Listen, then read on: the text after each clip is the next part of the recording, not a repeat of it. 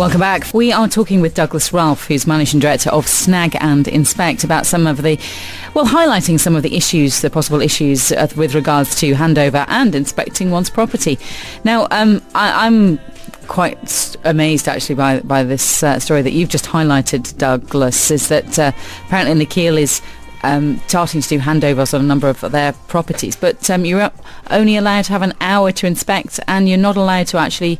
Sorry, let me just get this correct. Are you allowed to bring in someone like yourself if you want to? They've made different comments to different clients, and they are allowing us to come in and do inspections. And we had a client earlier in the week was told he could only bring two people, himself and one other person.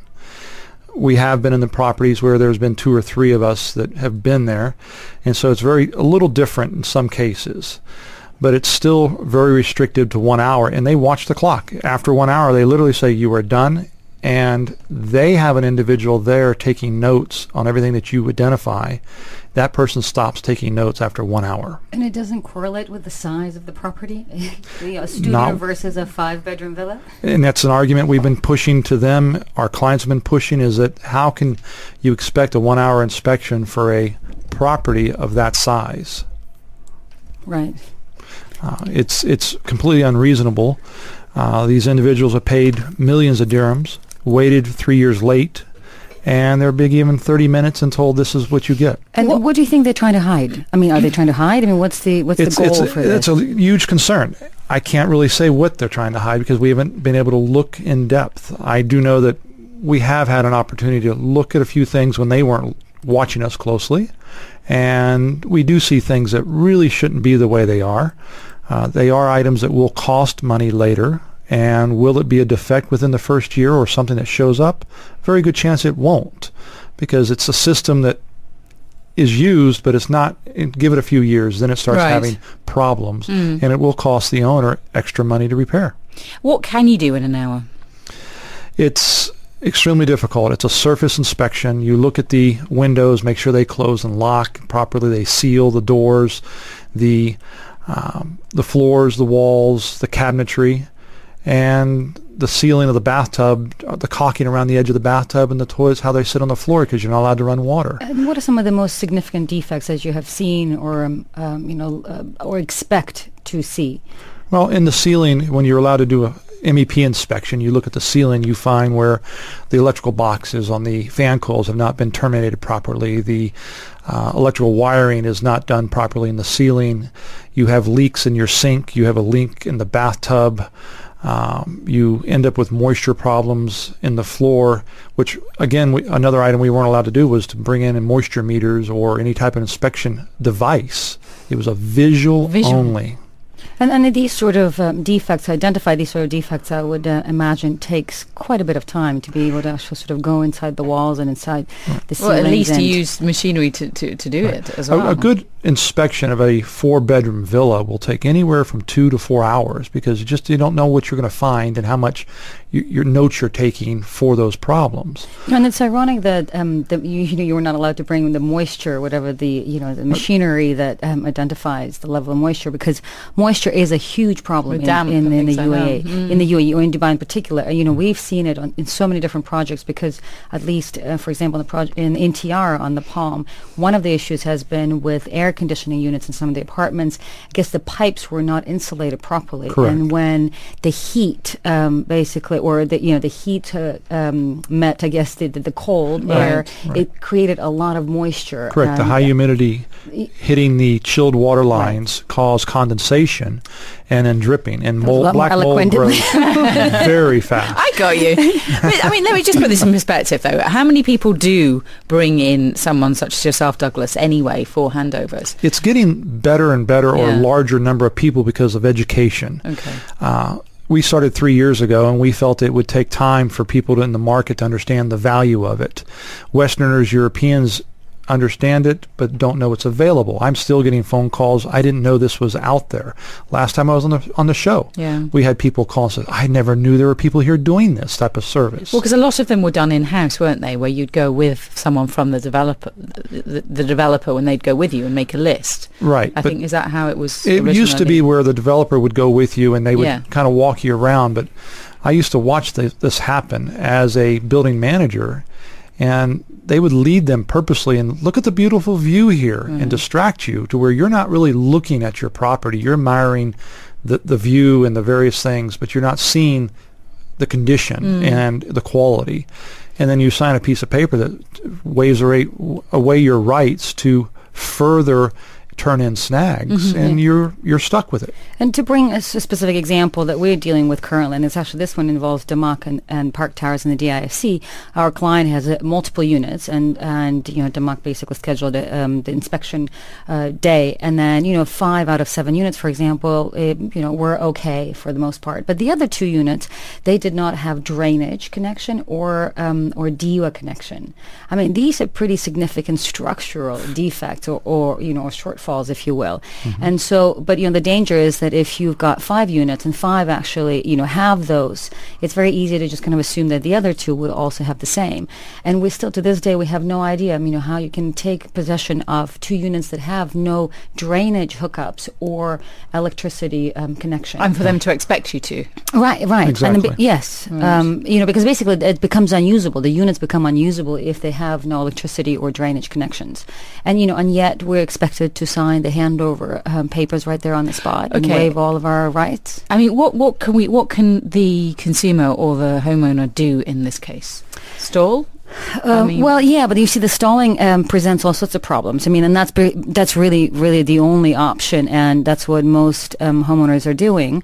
But it presents a number of problems. One is that they've already been waiting for so long, and for some of the landlords, they bought these properties for themselves to live, and in the meantime they're paying either for rent elsewhere, or they're paying mortgage interest in the meantime. So they don't have the benefit of the property, so they're really eager to take possession of the property so they can save the expense of spending it elsewhere. Then the other one is sometimes some of the developers are starting to impose penalties that if you don't take possession on time, then there'll be a penalty. And similarly with banks, if you have a mortgage on the property, that you will be required to. You are paying your mortgage installments in the meantime, so you are incurring additional cost. So really, I mean, people think, sign it off, let's just get in there and... But basically, yes, we because can't wait any longer, right? And in the meantime, it's kind of a balancing act. And some homeowners think, okay, well, if we take possession and we'll start renting them out, at least we'll start covering some kind of some of the expense. I mean, they're really kind of being forced into. But I don't understand why. I'm just trying to get to grips with why you wouldn't want. What's the problem with someone going in and doing it? I mean, I'd hate to assume, but you'd wonder: is it because? Is there enough confidence in the quality of the building? Are they afraid that maybe you might come in and find something? I don't know. I can put those questions out to you. Right. As an inspector, I have to assume something's wrong, or some type of deal or agreement has been made with the contractor that they will not be in-depth inspections. Something doesn't make sense. Sorry to interrupt you there, Doug. So is it with the contractor or with the developer? Well, it's the developer directly doing the handover, right. But the contractor has representatives there that are making notes of the defects that are found during the visual inspection. So they, in effect, if anything was wrong, would be the ones responsible to repair it, right? Developer. The developer would go back to the contractor and say, this is your area. You're the subcontractor or main contractor. You're responsible for fixing these items. And if there has been some type of an agreement between the developer and the contractor to limit the amount of cost or retrofits, and it's hard to say if those agreements are in place or not. Right. We don't know as the individual. Good afternoon. If you've just joined us, this is The Property Show, and Ludmila Yamalova, managing partner with Yamalova and Plewka Legal Consultants, is with us. Good afternoon to you. Good afternoon. And Mike Small of VSM Consulting. Hello there. Hello. And our guest is Douglas Ralph, who's managing director of Snag and Inspect. Doug, welcome to the programme. Good afternoon. We're just finding out about, I suppose, some of the issues that you face in just doing your job, getting into properties, inspecting properties, and just some of the challenges to that. And we have had an interesting message come through because we were asking you, our listeners, have you ever had a problem with the snagging and actually getting being able to get into the building and onto the property. And one of our listeners said, well, we were forced to sign a waiver to take any legal actions against the developer because of the year-long delay before handover. We had paid all fees to date and really needed to take possession. And that sort of just highlights exactly what you were saying, Ludmila, that some people are just, they can't wait any longer. They just need to get in there, start either making some income if they're renting it, or not move in and not be paying extra rent if they're living somewhere else. So you can see why people would not necessarily. And that's exactly why developers can afford to do what they're doing. And they know that people basically are in the bind, and they are eager to take possession. No, they count on the individuals of having one villa, one apartment. They don't have the financial resources. They don't have the time to fight it. And they count on it. We also had an interesting story also where a client that bought in Jumeirah Heights with Nikhil and just refused to take handover because they haven't really been able to inspect properly, and because, they bought a garden villa or a garden view townhouse, and there's no garden, and that's just among other things. But truly, there is no garden. But it's actually the property is called a garden view townhouse, and. Well, it might have a view of a garden. Well, maybe one day. Might not be their own. But maybe one day. But picture on the wall. But in the meantime, the Nikhil representative has been hassling and sort of trying to force the client to take possession or to take handover. And the client basically said, "Listen, we had identified a number of issues with the property, and we're still waiting for a response from you before we'll consider taking possession." And then the representative threatened to foreclose or to basically default. Default the client.